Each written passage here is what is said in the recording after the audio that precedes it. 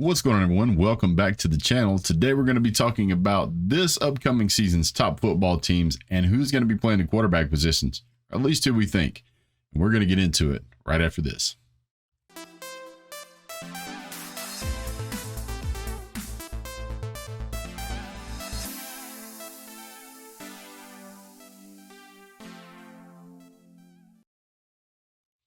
All right, guys. Well, there's a lot to go through here. I'm going to go ahead and give you a top list of the teams we're going to be talking about. We're going to talk about Georgia, Alabama, Ohio State, Michigan, Clemson, Penn State, Texas, Oklahoma, Oregon, and FSU. So I'm sorry if your team's not on there. Can't get everybody all in one video. So if there's a team that specifically you guys want me to talk about, leave a comment down below. Hit me up at Twitter, and we'll see what we can do about making that happen. So first of all, we're going to start off with the SEC. The two teams coming out of the SEC definitely have to be Georgia and Alabama. Now, both Georgia and Alabama lose their top quarterbacks. Those two quarterbacks really epitomize what it meant to be an elite quarterback, in my opinion. So for Georgia, we've got Carson Beck most likely coming back. He's been at Georgia for a while. He's a four-star rated quarterback. Has played really well. Has thrown for, in the games that he's played in, he's thrown for 74%, 4 touchdowns, no interceptions, no sacks. Really nice. And he played most of the fourth quarter in the national championship game. So this guy really has some skill. He is the prolific, like 6'2 to 6'4 style quarterback. Very strong arm. Looking forward to seeing him play in the spring game. By the way, I'll also be giving you guys a spring game dates. For Georgia, it will be April the 15th. So there is a few questions at the quarterback position for Georgia for some people. Some people tend to think that the highly recruited, highly rated Brock Vandagriff, who comes in at the comes in as a 5-star quarterback, is number 3 on the depth chart. He was heavily recruited by Mike Bobo, who is now the offensive coordinator at Georgia. So there's some people that think that somehow Brock Vandagriff may be able to sneak his way into that position. I personally don't think so, but hey, I don't make the rules around here. It just is what it is. So I'm pretty sure we're going to see Brock Vandagriff. We'll definitely find out more at the spring game. We'll see who comes out with the 1s and who comes out with the 2s. All right, let's jump over to Alabama. Alabama's quarterback. This I won't say is a controversy, but I don't know what else you would call it. This is probably the most difficult quarterback decision I have seen at Alabama in a long time. Oh, this is heavy. Their spring game, by the way, is played on April 22nd. They have a choice between Jalen Milroe and Ty Simpson. Both have limited playing time. There's really no real way to know who it's going to be until they actually play. I don't think Jalen Milroe has really lived up to the expectation of Bama fans. He's thrown for 58% completion percentage, 5 touchdowns, 3 interceptions, and he's got sacked 4 times. So he doesn't have a lot of play time there. There's a problem. You're not any good. I don't know much about Ty Simpson, but if he's any decent kind of quarterback, it doesn't seem like this is a hurdle that would be difficult to overcome. So we'll see what happens. Ty Simpson only has 5 attempts of even throwing the ball. So I don't know what they're going to do there. I looked at the transfer portal. I didn't see anybody that was headed Alabama's way. So maybe they know something I don't, but this is not a good position for Alabama to be in. I hope they get it figured out quickly. This is a top tier program. They deserve better than what they're getting. But I want you to know that I think you deserve more than what you've settled for. I do. Now, let's jump over to Ohio State and Michigan. Both of those games are played on the 15th. The quarterback question is either Kyle McCord Today, Junior, or Devin Brown. McCord's played in 5 games, very limited performance. Devin Brown's played in 0. So, I mean, this really is one of those things where a spring practice could make a difference here, and we'll know more going into the rest of the season. So we'll find out that as we move forward. Now let's jump over to Michigan. Michigan has J.J. McCartney, who he's coming back.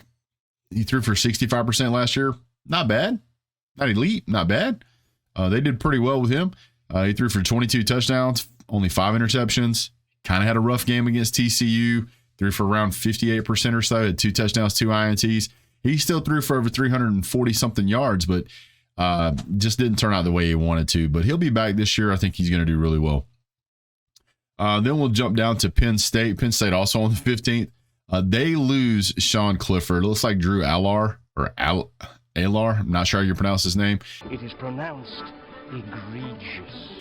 Looks like he'll be the go-to guy. Again, he only played in 5 games last year, so we'll have to wait and kind of see how he does. But I don't even see anybody else on the lineup that has even played a snap. So more likely than not, this is going to be their guy unless it's a transfer I don't know about. We're going to jump over to the ACC for a second. We're going to talk about Clemson and we'll talk about FSU. So at Clemson, the quarterback, their old quarterback, DJ Uiagalelei, he actually transferred out. He went to Oregon State, so he's out. It doesn't really matter. I don't like my job, and I don't think I'm going to go anymore. Now that puts Cade Klubnik up to bat. He was their backup guy for most of the year. Most likely it will be Cade unless something else new comes to light that I don't know about again, but it's not uncommon to see things change up in spring practice. Cade does have the most experience, but we'll see what happens. He's had some games where he's looked good. He's had some games where he's looked bad. So I don't know what they've got going on at Clemson, but this guy's not a Trevor Lawrence from what I can tell. Maybe that'll change. FSU. Wow, FSU. Your game's on the 15th, but your quarterback returning, Jordan Travis, returns for his 6th. Yes, 6th season at FSU. Look at me. I know. We seem to be inside each other. Old. I beg your pardon. Oh, I'm like the Crypt Keeper. Probably the only football player who has actually played more football in college than Stetson Bennett has. So, Jordan Travis returns for his 6th season. It's really great for FSU. This guy's about as experienced as you can get. I think he threw for 3,000 plus yards last season. Really good football player. We'll see how they do down there. We're going to jump down and we're going to talk about another quarterback who's coming back for a tenured season. Oregon.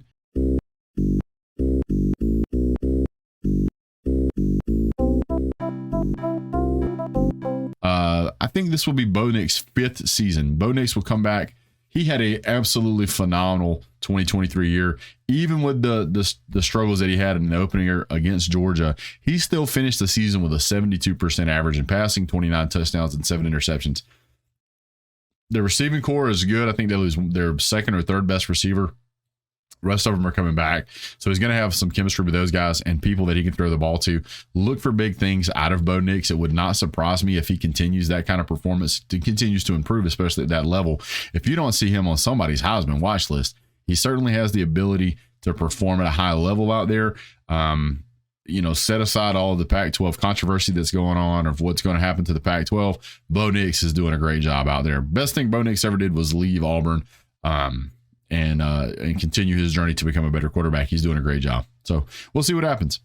Texas is really who I meant to talk about or wanted to talk about so far. This is going to be one of the most exciting, most interesting seasons, off seasons for Texas fans. Their game is also on the 15th. Quarterback and FSU's game is on the 15th. This game is on the 15th. It seems like every game is on the 15th except a handful. Quinn Ewers versus Arch Manning.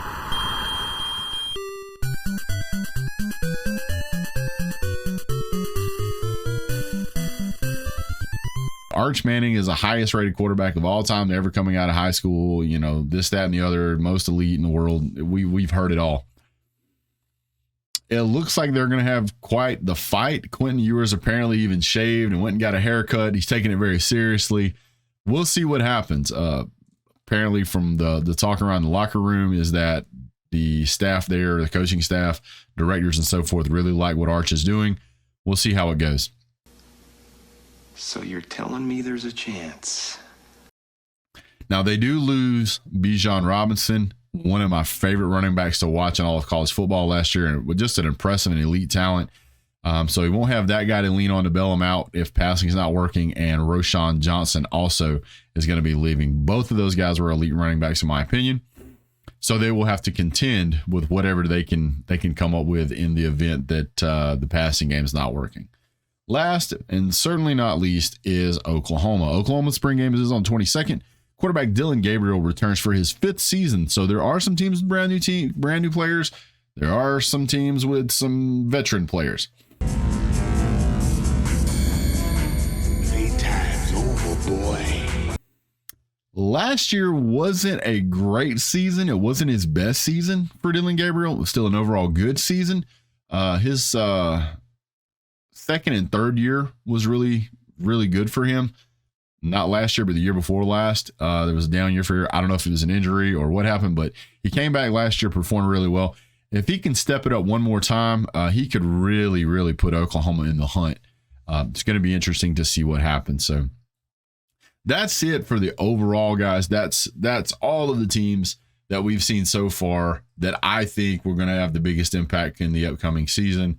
Of course, there'll be other spring games to watch. We're a little over a month away, but man, if you want to talk about who I think is going to have the best quarterbacks this coming up season out of these teams, this is who I'm going to, here's who I'm going to pick. From what I've seen out of Carson Beck, 74% completion percentage, 4 TDs, no INTs, and played in a national championship game. He's going to be at the top of the list. As for one of the players on top of the list here. If Dylan Gabriel can get it together, he'll have a really good season. So will Bo Nix, and possibly Jordan Travis. Now, I know there's going to be guys out here that's going to tell me all kind of stuff about their teams, and that's fine. But guys, those are by far the ones I see. They have some experience. They've shown that they can be. They do have that elite arm. They do have that elite talent.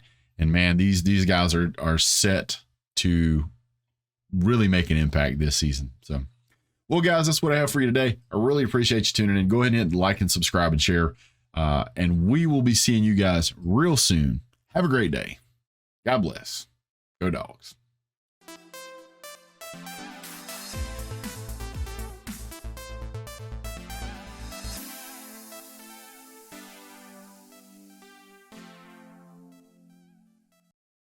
Yeah, life is good.